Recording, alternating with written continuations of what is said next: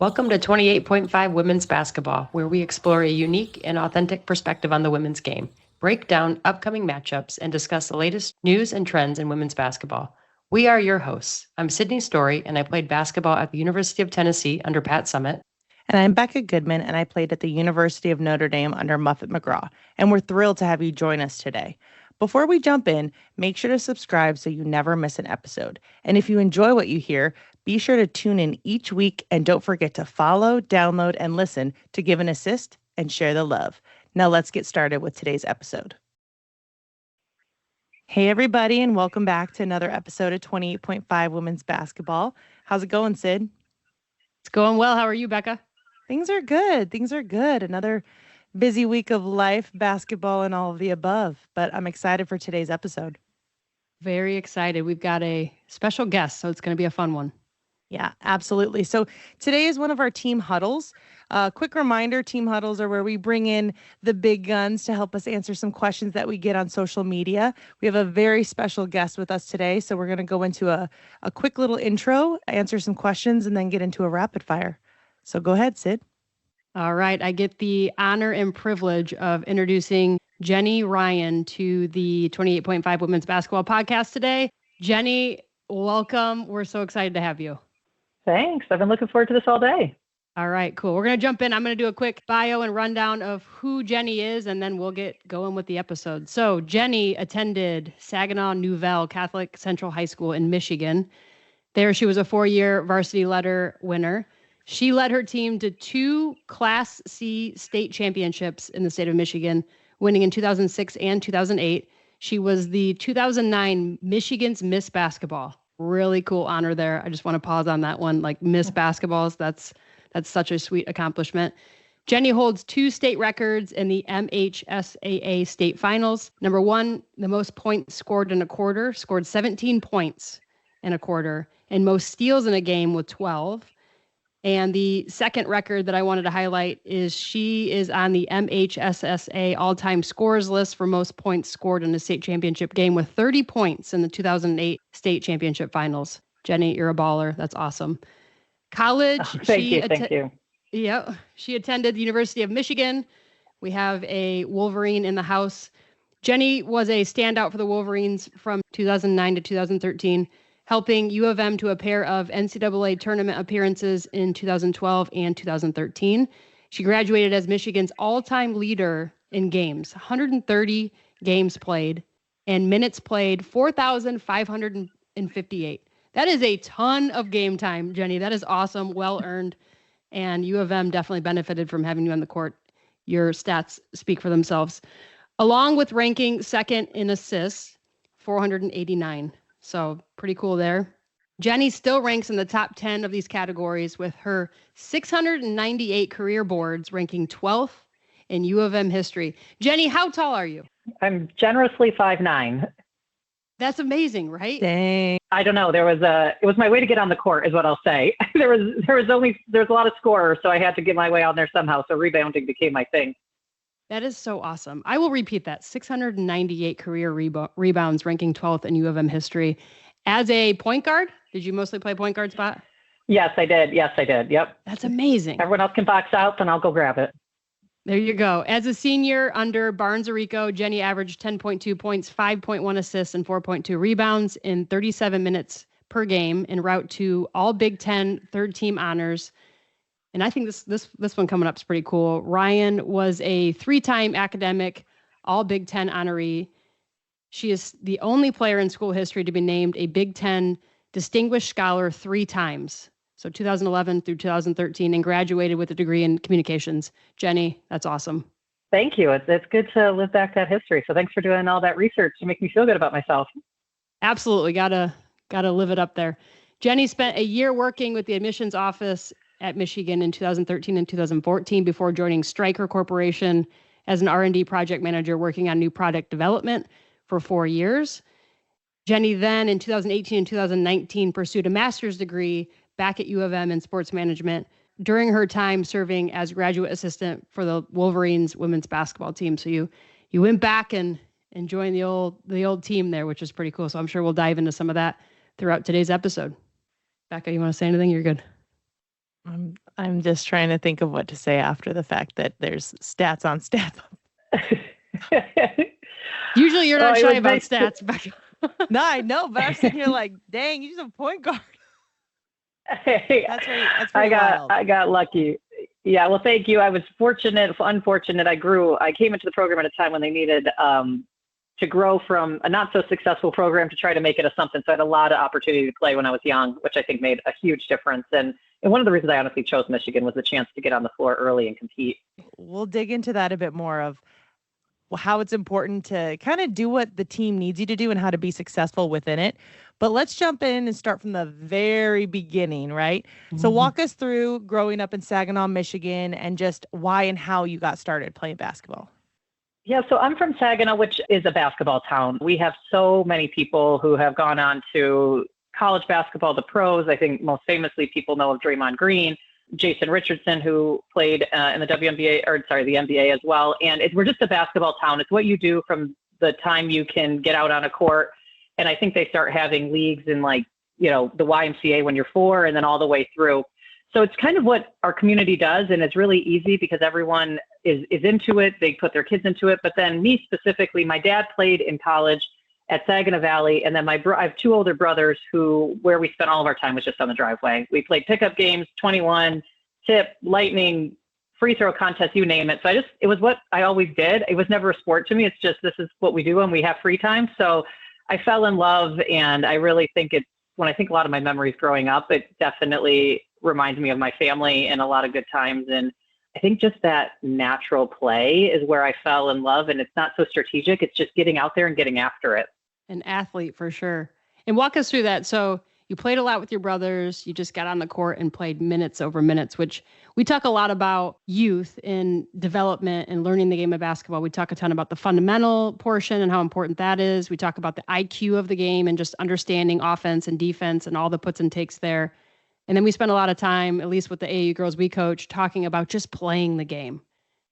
And walk us through maybe all 3 of those buckets-ish and how you as a middle schooler, high schooler, AAU player maybe delved into each of those 3 between fundamentals, IQ, and playing and just overall playing the game. Yeah, I think they were always intertwined. Like I said, it was always something that was a part of my life. So I think when I was young, my dad, knowing the game, knowing what fundamentals look like, we had a little tight hoop in our gym or in our living room where you're just kind of shooting, and he's like loose wrist or put, small adjustments.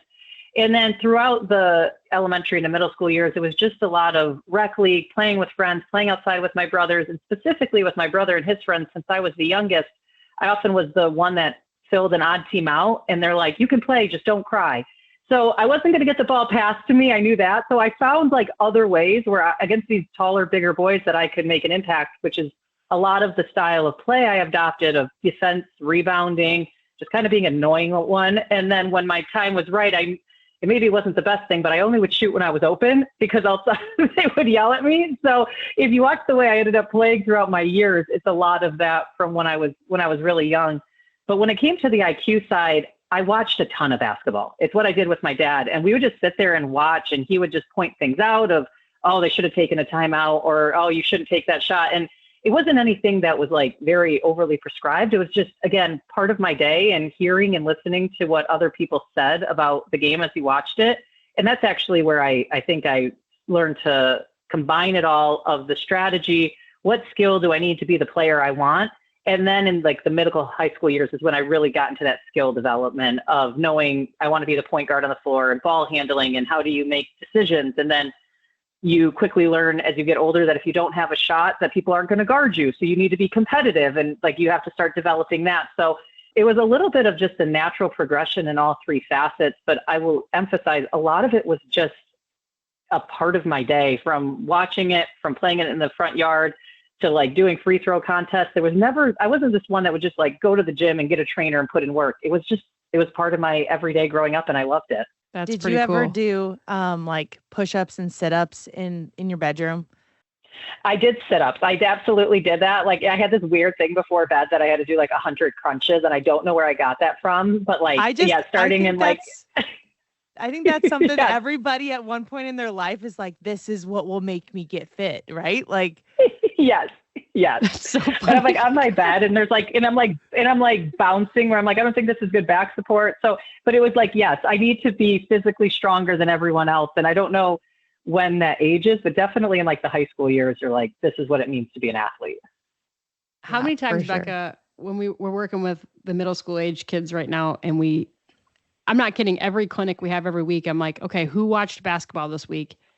And like maybe we'll have 2 or 3 out of 20 kids raise their hand. Like it's to me, it's not so much that it's like a lost art or a pastime to watch the game. I just don't know how many young players ever really watch the game of basketball growing up. And I think it is something that can separate you even at a younger age for that IQ piece.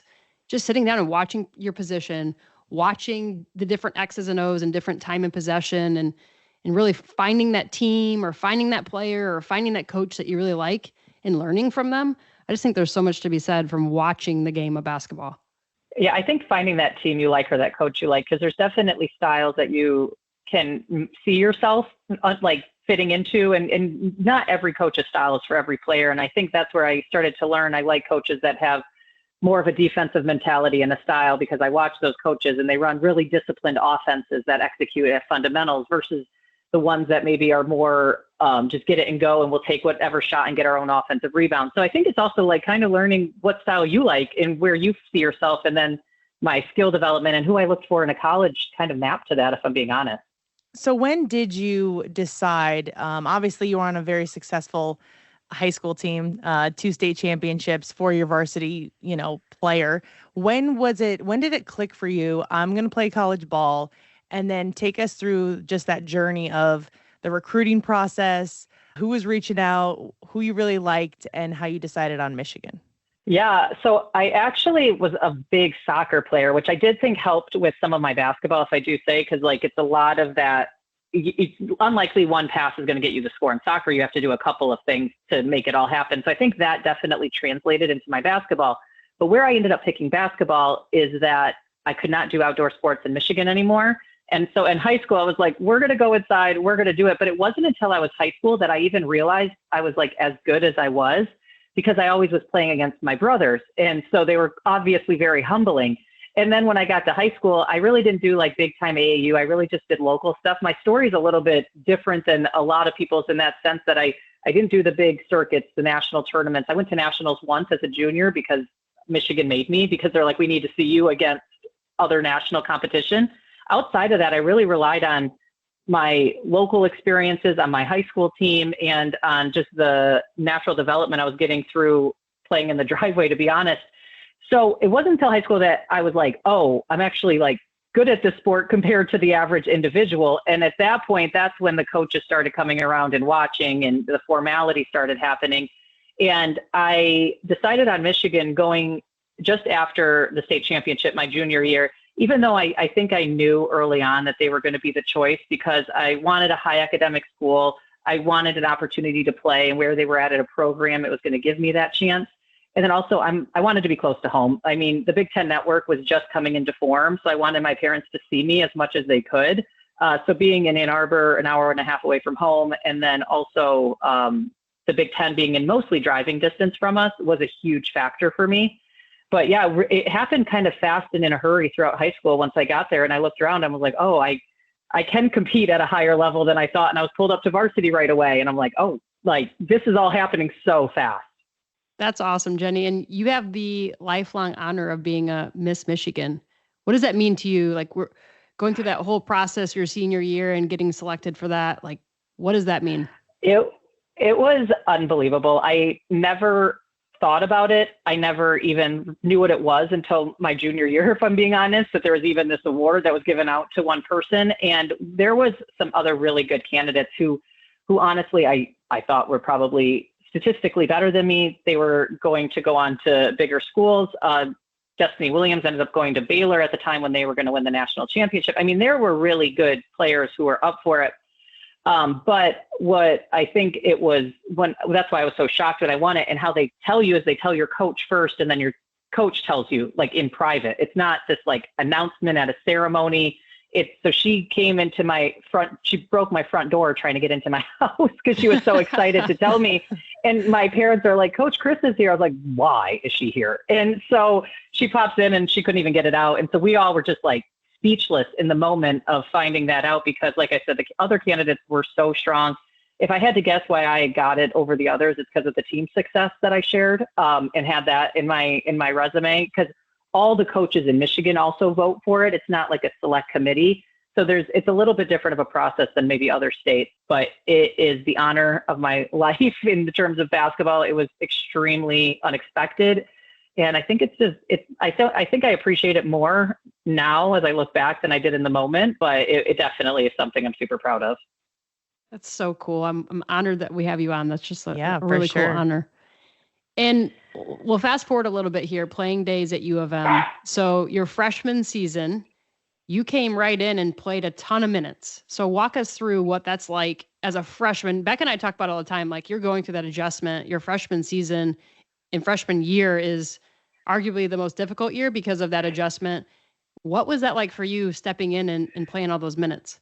Yeah, I'll start off. It has nothing to do with our coaching staff because I had a phenomenal coaching staff and I am close with all of them to this day. I cried a lot. I absolutely cried a lot because you are so overwhelmed with moving away from home, from going to a high academic institution like Michigan, like a big campus. You're not around your friends that you grew up with. And then now you're put into this position of having to play at a high level. So I think just the overall adjustment is overwhelming. And then I tell freshmen now, and when I was the GA, I was like, I don't know how to say it any other way, but what you're feeling now as a freshman is super common. It's overwhelming. Somehow you'll be a senior and look back and be like, I can't believe I cried about this stuff.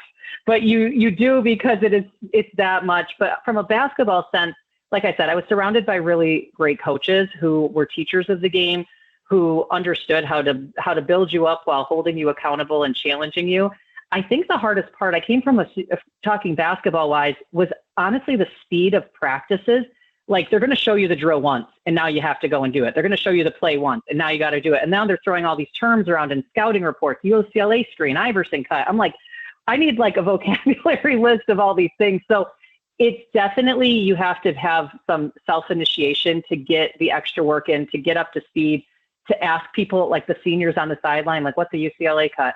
Like that kind of stuff. And, but I think that was the biggest adjustment, was the speed of, we're going to say it once, you better pick it up and you got to move on type of stuff. So we're in high school, and maybe the other ones, it's more of a teaching. Let's explain it. Does everybody understand it? Like there's not a whole lot of that in college, at least my experience. It was like, I'm going to show you the drill. Here's the teaching points. Let's go. And then I'm going to give you feedback pretty direct throughout the whole thing. And I need you to adjust on the fly. I think it's so wild. A light bulb almost went off for me when you had mentioned, being on a big campus.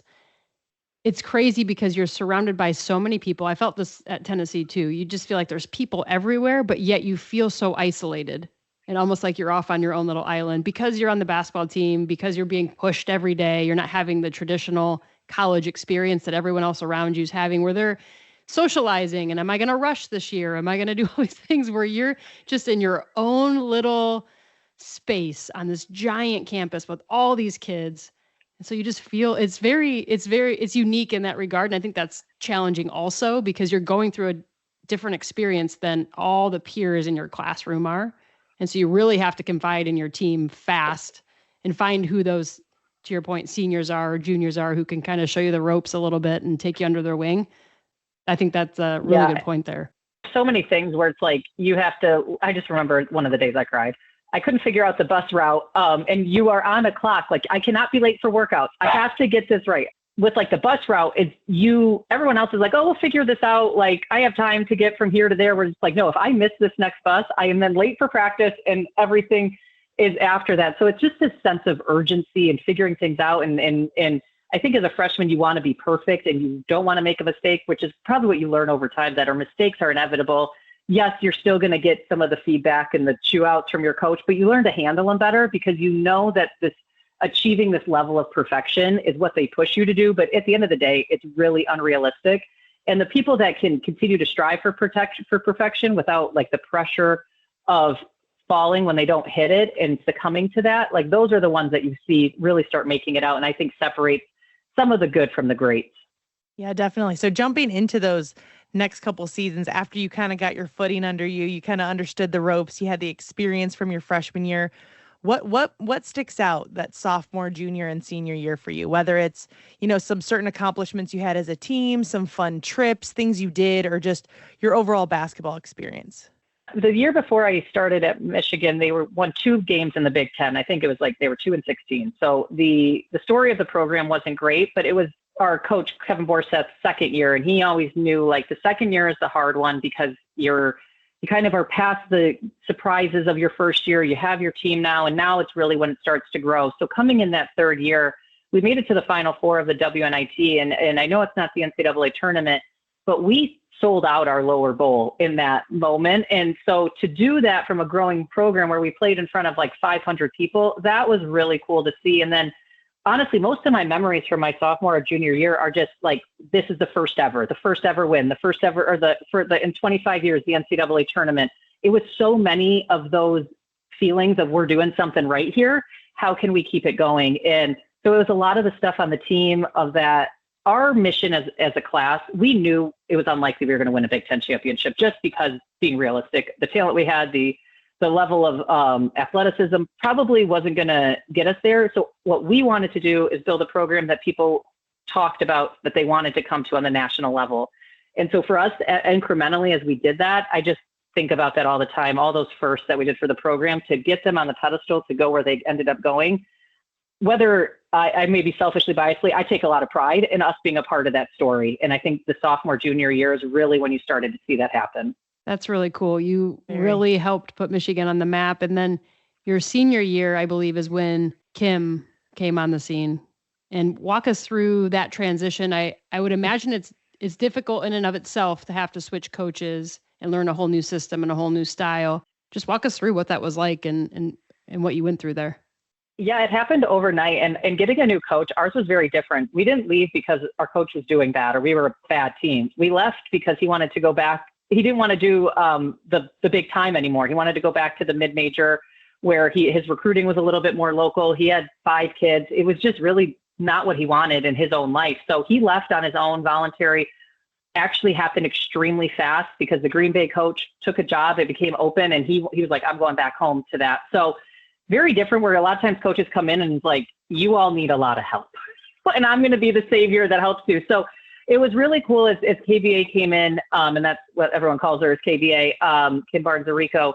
When she came in, she had her traditional style is not what our team ran. We were very much like gritty on defense, run the shot clock down, make it a 60-point, 50-point game. Like that was her style. Work from where she is, she plays a fast-paced game. She wants to get up and down. She tries to maximize possession. So the coolest thing that I saw is watching her adjust to us and what our style was. And I think it was the marrying of 2 really cool systems in the sense that we were based on motion principles. She was based on kind of more calling her sets, if you will. And so when you combine those 2 together, we became really successful and had our best year of the 4 I was there. And I am grateful because I think so many people have only one coach that they've ever experienced, and that's what their view of how it should go. So to get 2 coaches' perspectives and see what you liked and didn't like about both of them, I am grateful for that. I feel like I can relate to more people because of it, because I had one coach who was this way, another coach that was that way. I'm not saying either was better or worse, but it was nice to be able to compare, because then when people talk about their coaches, I don't just have one experience. So overall, it was unexpected. It was a lot, I would say, but I really value the energy that KBA put into learning so much about us to make us successful, instead of just giving up and looking for the future down the road of the next generation that she would build the program with. Yeah, that's very cool. That's very cool that she kind of met you where you were and merged, so it wasn't such a huge transition for you to kind of throw everyone off. I really respect that. Let's talk a little bit about what you did life after basketball. I always find this interesting. A lot of people not a lot, but if you're lucky enough to play in the WNBA or abroad, right, you kind of have that plan. But, you have to grow up. Basketball ends at some point. The fun stops and you have to join the real world. I don't even know if I am really there yet. But take us through that journey of like, once UofM stopped, what did you do? How did you kind of come back full circle, and then how you are now at Stryker? Yeah, so I think one of the hard parts of being a student athlete is we don't get the opportunities to explore careers in the same way that other people do with internships. And I know certain sports might be more for that, but women's basketball, you're there year round, either training or in season. So to get some of those things is tough. So when I graduated, I had no idea what I wanted to do, like flat out. I never really even thought about it. I thought about coaching, but then I was like, you know what, I want to do something different with my life. So I actually stayed. And I love the university. So I stayed and got a full-time internship at admissions, and really cool to talk about our campus in a way that where I wasn't a student athlete, I was a Michigan student to recruit in a different environment. But beyond that, I think that what I realized is that I wanted to do something where I could work with a team again. I miss working with a team, and I wanted to do that in a different way. So that's how I ended up at Stryker with new product development. Is in my interview process, I talk so much about my love for working on teams, making people better, a lot of the point guard stuff. And they made me a project manager it wasn't the job I interviewed for, but they're like, you're describing project management and we want to give you a shot. So as a project manager, you're the point guard in the corporate setting. So you got to find who on your team, makes them tick, who is good at what, how do I bring this group of people together to maximize it? A lot of being a project manager is read and react. Something happened, I got to react and make a decision and do these things. So I think for me, how my point guard and basketball life transitioned into my professional life is through project management. I get to still work on teams. I get to be the communicator. I kind of am an extension of my boss in terms of what she wants us to execute on. I have to make it happen on the floor, if you will. And now I've grown from being a project manager into a portfolio manager where I have a group of project managers that report to me, but it's still the same principle. They all have a different skill. And I just love the idea of a team, of bringing out the best in them, putting them in different positions. I tell them all the time, and I think they're over my sports references at this point, but I'm like, I don't need a bunch of 3-point shooters. I need a team. Some of you are going to rebound. Some of you are going to be a 3-point shooter. Some of you are going to be a point guard. And that's just how I think every day in corporate America. And it's I think, how I make it fun. But I see so much of my basketball life in how I operate as a manager, how I execute on asks. Everything from beginning to end, I think, stems from me as an athlete.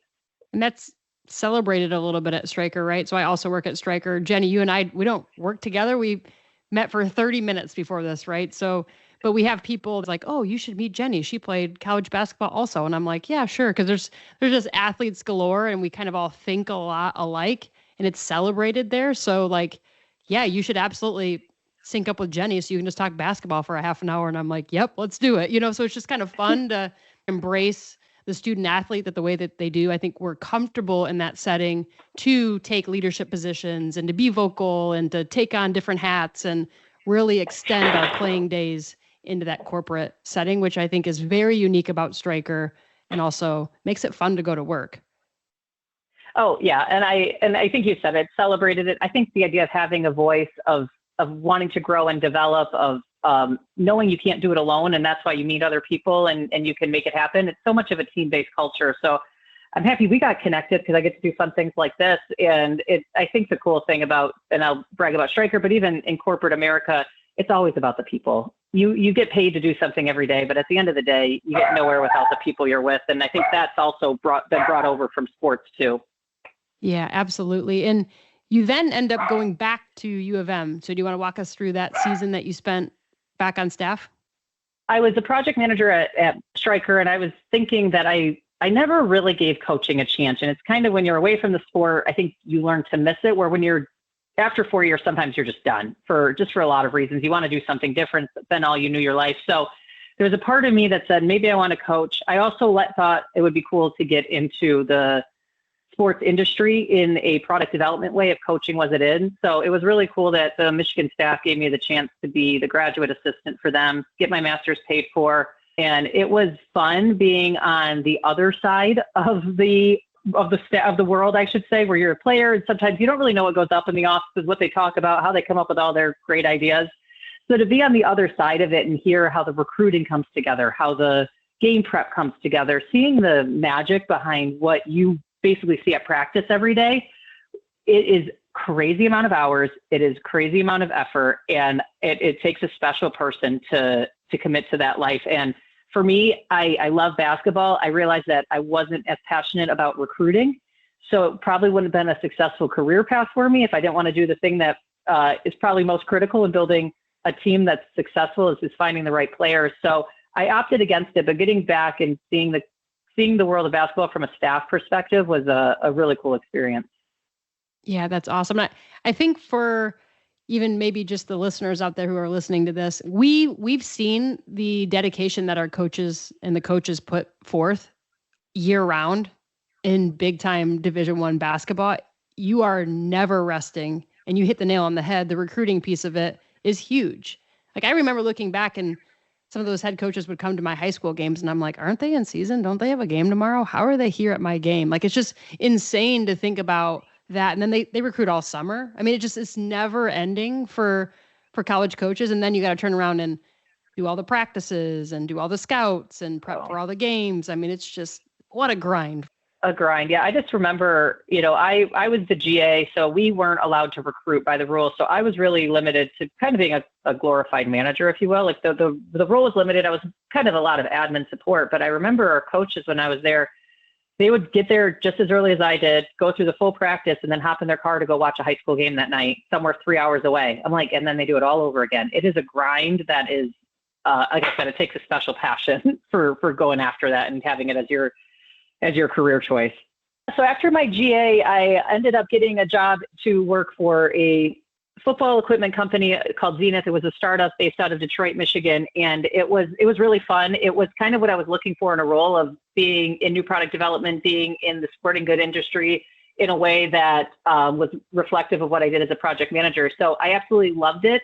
But it was definitely the startup world, which is very different than a large company like Stryker that has large budgets, career growth, and opportunities that you can really, really see. So it was convenient when I was thinking of leaving Zenith.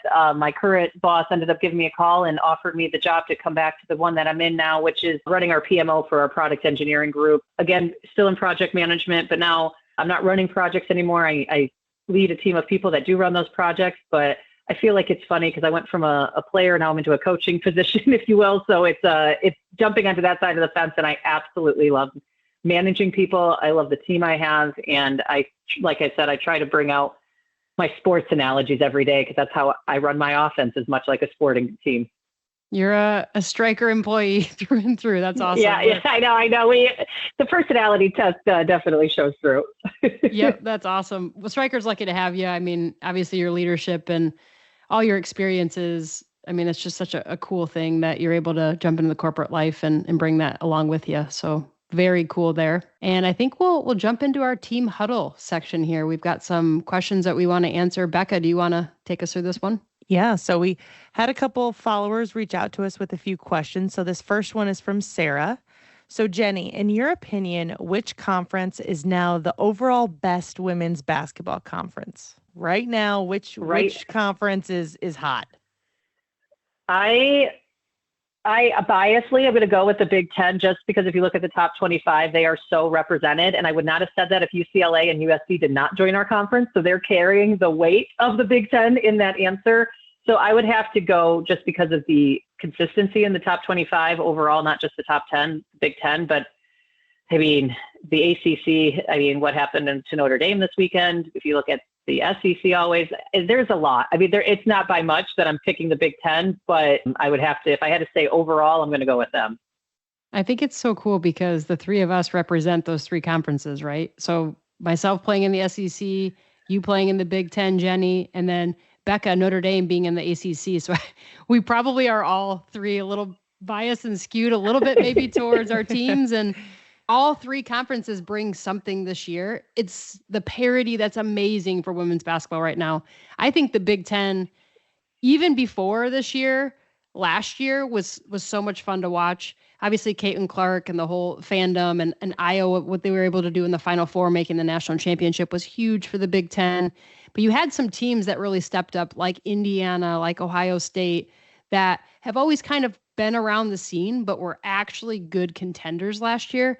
And then to your point, Jenny, UCLA and USC are just that next caliber, top 5, consistent type play. So, I mean, yeah, the Big Ten is just really strong. It's fun for our area where the three of us live also, because we live in the heart of Big Ten country, which obviously geographically has changed a little bit, but we're right in driving distance to a lot of schools. So it's so much fun to see Big Ten women's basketball be where they're at. Yeah. And I would say, historically, the Big Ten has not done well in making deep runs in the tournament. We aren't ever in the Final Four. We have really good teams coming into the tournament, but don't break through. And after watching, like I said, mostly UCLA and USC this year, I really think I watched Michigan play them. And Michigan has a tendency to be, they're undersized. They play small. And so when you get against these teams that have well-rounded inside-outside presence, they really are tough to beat with their depth, with their versatility, with their options. Where if you look at a team like Michigan, obviously I watch them a lot, they have to shoot well to win. And I don't think these teams have to shoot well to win because of their versatility and the different, and they can also defend like really well. I think that's a thing that doesn't get talked about a lot, is that if you're going to make a run in the tournament and consistently win in your in your conference play, you're not going to have a great offensive night every night. So the teams that can defend, like UCLA and USC, they stand out. Yeah, so talking about USC and UCLA, we have a second question from Kevin.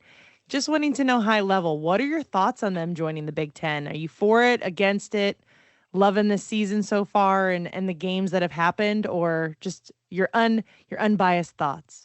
I'm happy that it's USC and UCLA from a women's basketball perspective, or even Oregon and Washington. They're perennial powerhouses. They bring some legitimacy to the conference. If it wasn't those teams with that pedigree or that skill set coming in, I think I'd be a little bit more frustrated that I have to travel all the way out to California or all the way out to the West Coast. For what reason?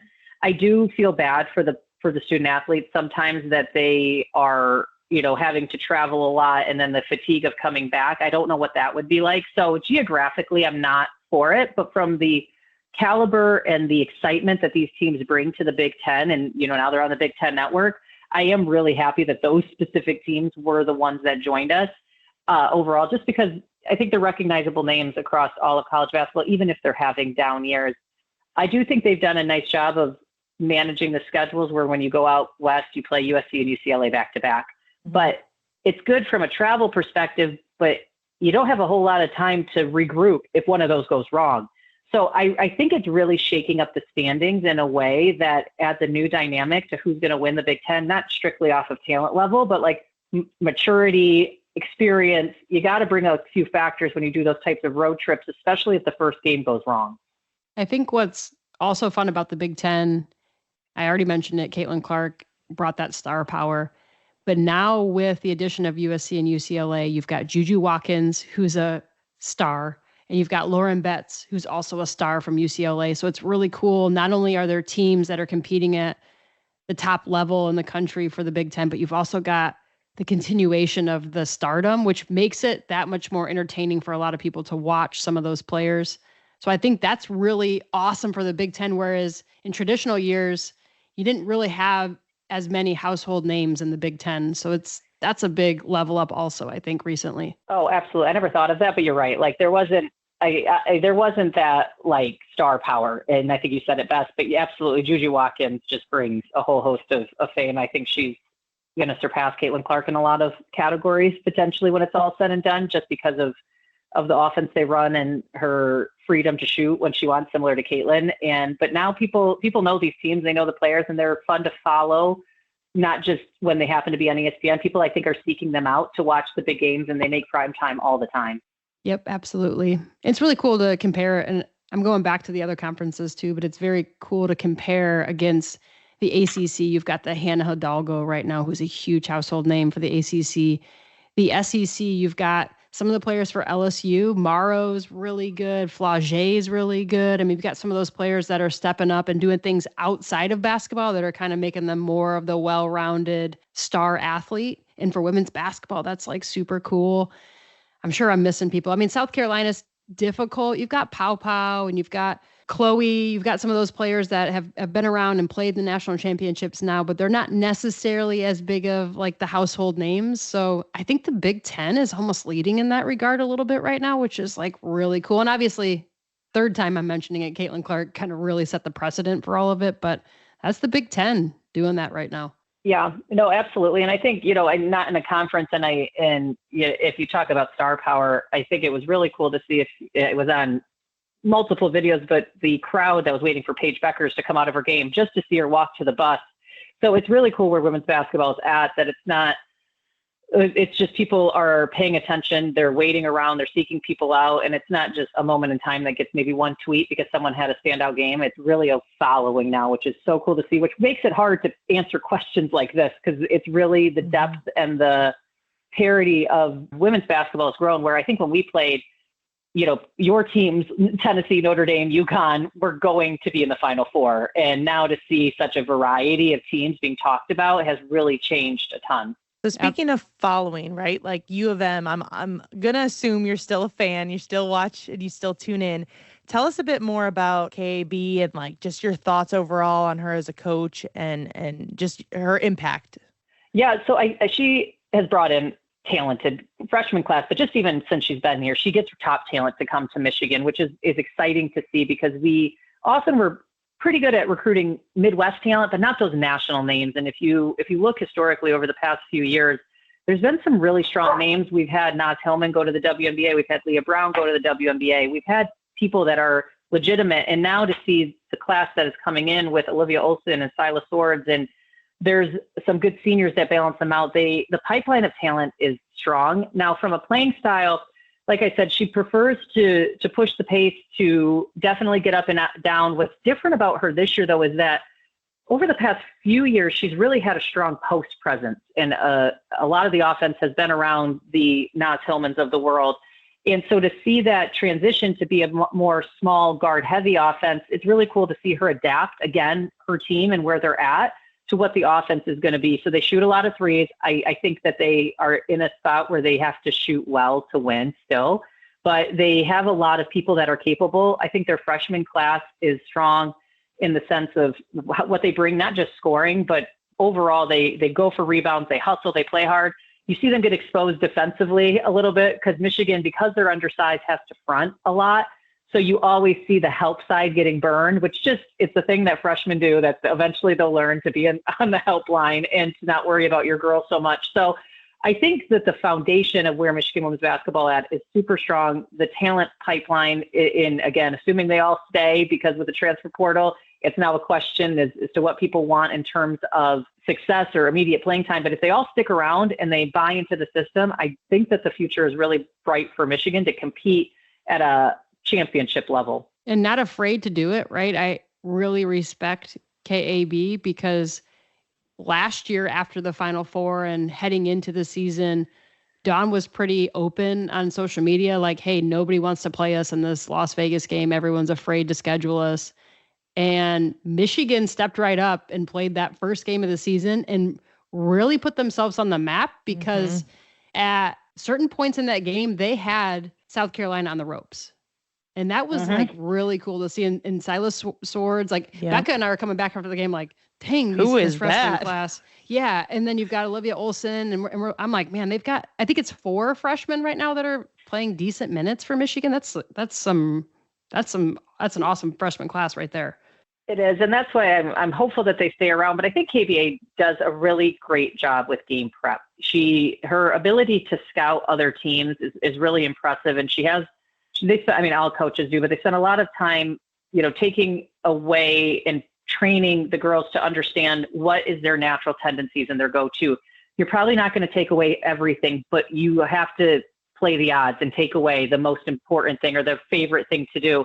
So she does a really good job of usually taking away their strength and game prepping. And then from that, just that belief and that fearlessness, like you got to go after it. You got to play the game. I think she does a really good job of getting teams mentally prepared for the challenge that they're going to take on.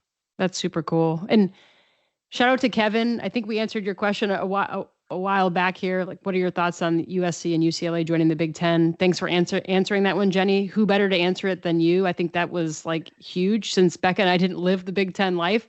But speaking of the Big Ten life, this year was interesting because Michigan State, the first time that Michigan played Michigan State this year, really took it to you guys. And then you guys turned around, I think it was like 2 weeks later, like not a lot of time had passed. And then you guys turned around and beat them. Speak a little bit about that in-state rivalry and what that game means for you all. Yeah, I mean, there's no doubt there's no love between the two schools. Watching us lose by 30 was one of the most painful things to watch. But we've all, I think, as players, and if you've competed in the rivalry, we've been there. You win some games against them, you lose some bad. And I think it's one of the most fun games to play in because everyone takes a side in the state. It doesn't matter if they watch women's basketball day in their life. For that day, they're like, I don't like you, and we don't like the other team. And even playing in the rivalry for me, I would come out, do your pregame shoot around, and they would be booing you the minute you step out on the court. Like, where does that energy ever come from? But you love it because people care. It's intense. It's ruthless. People want to win. And so it was tough to see us lose by that much. But I think what the KBA does really well, and I think this is sometimes I can't speak for all coaches, but I think when you come into college basketball, there's this feeling of if you lose a big game, like practice the next day is going to be hell, or I don't even want to show up. Mm-hmm. Good coaches are on to the next one. You learn what you have to learn. We're going to, sometimes there's a certain level of intensity that they might bring to send a message, but for the most time, they're not going to live in it. We got to move on. So I think it was cool to see them move on, not have those scars from the first time, and go into their place and win, which the Breslin is very difficult to win at. So I think it speaks to, again, the maturity of that team, the mindset. Maybe it was a little bit of that naiveness or naivety of a freshman of like, I don't know what this is, so I'm just going to show up and play. But I was really cool to see them flip the script on that. And then, you're only as good as your last game in the rivalry. So we got that one. There you go. Those freshmen turned it around. And so we're not losing this one again this season. That's cool. Yeah. Sometimes it does take in that rivalry. The first game, people will talk about it and you're like, I don't know, especially if you're not from the state. And then you play in it one time and you're like, I've never even experienced it until today, but now I'm in it and I hate them. And that's the cool to see people flip the script and buy in. It's really fun to see. We all know what a good rivalry is. So the feelings just kind of, they overwhelm you as the years go on and every matchup happens, right? Let's jump into our last question. This might be a little quick, or it doesn't have to be. I feel like you might have mentioned it, but I'm going to be interested to see how you pinpoint it. So Michael asked, what was the most challenging or just the overall hardest part of your college experience? I think the fact that, especially in season, it is a marathon, and keeping yourself in the moment and not getting too high or too low is the hardest thing to do. From drill, and I'm talking from drill to drill, from practice to games, you have to stay in the moment. If you think too far ahead of how hard preseason is going to be, you're never going to get through it. If you live in a bad game that you have, you're never going to move on to the next one. And for women's basketball, our seasons are so long, and they only get longer now with some of the new rules. But, starting from the minute you show up on campus, pretty much right up until through March and April, you're mentally focused every single day. So I think that marathon and having to stay in the moment, not get too high or too low. As I look back, I was like, that emotionally and mentally was the hardest thing. If I could stay in the moment and I trusted what my skills and I trusted the training, it all took care of itself. But it's hard to not look in the beginning of September and think of all the painful practices you got to get through to get to a game. You got to just stay in the moment as best you can, or else you get overwhelmed. And that's really what I think changes from your freshman year, when I was crying all the time, to senior year, when you're going to miss it, is that development of embracing the moment and seeing how it all comes together. Solid answer. Yeah, definitely. Nailed it.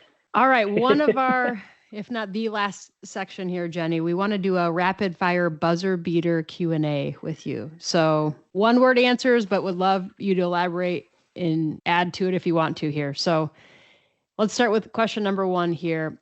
Your favorite current player for the University of Michigan right now, and why? I love watching Olivia Olson play. It's just she's gritty. She does everything. I think she doesn't need to score to make an impact, but you can just tell she's a team player through and through. And I think she's the glue of that freshman class. Awesome. Becca and I have watched a few UofM games, and I also think she's a very good player. Mm-hmm. Who's your pick for the GOAT in college or in the WNBA? And this one's timely with Diana Taurasi retiring. Yeah. But I have always loved Asia Wilson's game. And I know it's because she wins the MVP, but I think it's cool that she could announce to the world, I'm going to get the ball and still score on you. I don't know if anyone does it as well as she does. And then I value defensive players too. So I got to give it to Asia. Solid pick. That's a good one. Number 1 quality a point guard needs to have.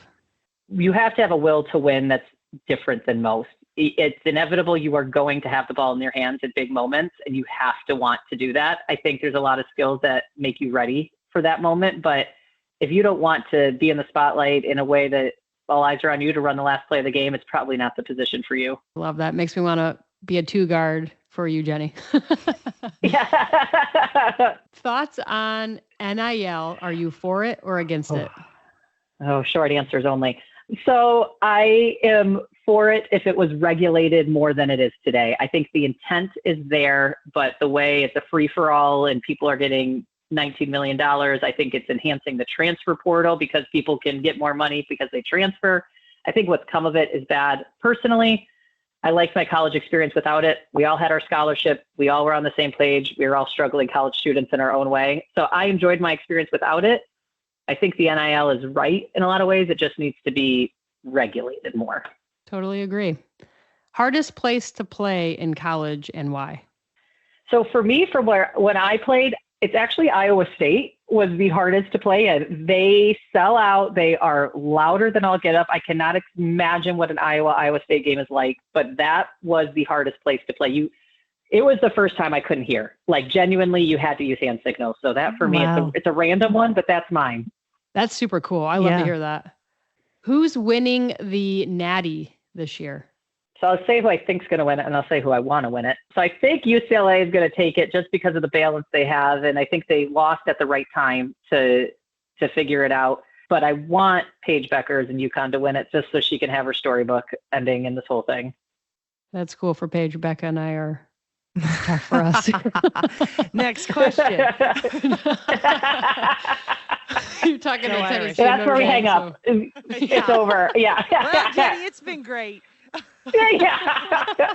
I know. I see. If you were to say Michigan State to win it, I'd really hang up. I'd be like, no, never mind.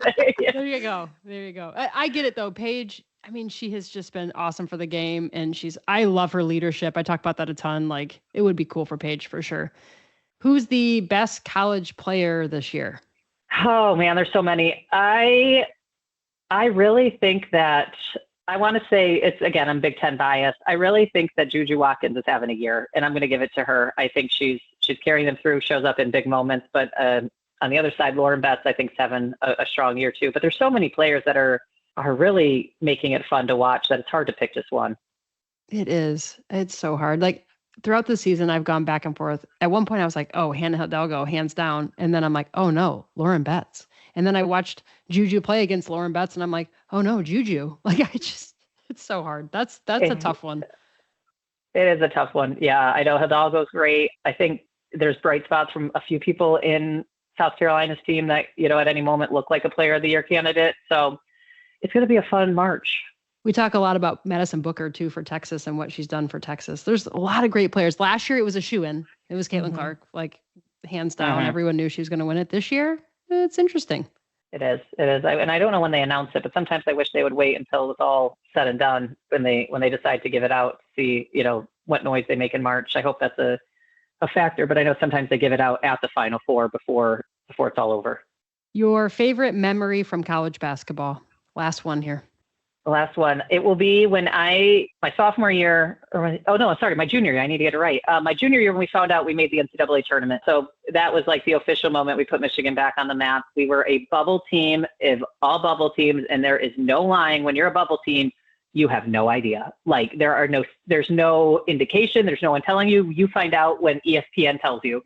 So we're sitting in there and it shows up on the screen. I had no idea who we were playing, where we were going. We just see the Block M, and it was the coolest moment of all time. And so when I watched the bubble teams finding out, it is as shocking as they show. You have no idea. That's so cool. Very cool. Before we wrap up, I have to say this. I'm just honored to be on the phone with Notre Dame and Michigan, and because you guys went to really good schools and had to go through the college experience. Now, I'm not knocking Tennessee, but Tennessee's no Notre Dame or Michigan. So kudos to both of you. What a cool experience to have to do. Kudos to all of us. Both. We all survived. Yes. We're all you adults. played for Pat Summit. Yeah. Well, yeah, that was its own challenge for sure. But, it's all good. In a good way. It's been fun. I really thank you for having me. I love talking basketball. I love talking about the Big Ten. So this has been a really good time for me. Jenny, we'll have to have you on again.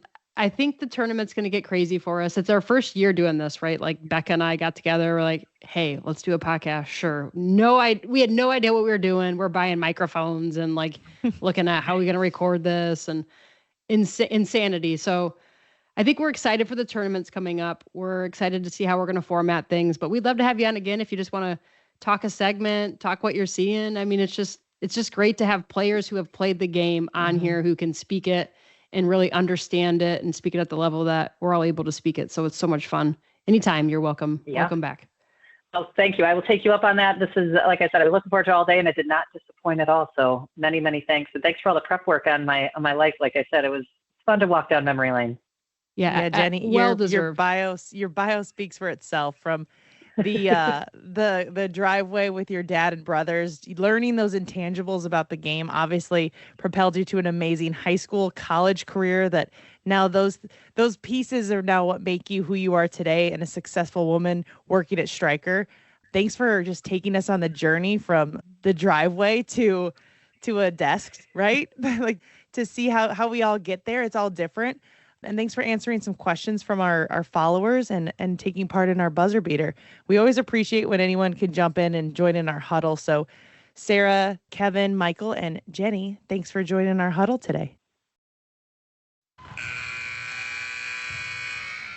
That's the 28.5 final buzzer for today's episode. Don't forget to hit follow and download on your preferred podcast platform to catch every play-by-play. New episodes drop each week throughout the season. If you've enjoyed our courtside chat, drop us a review or follow us on our social media accounts where you can send us questions that may be selected for our Team Huddle Q&A episodes. And remember, from females who have played the game, the size of the ball matters.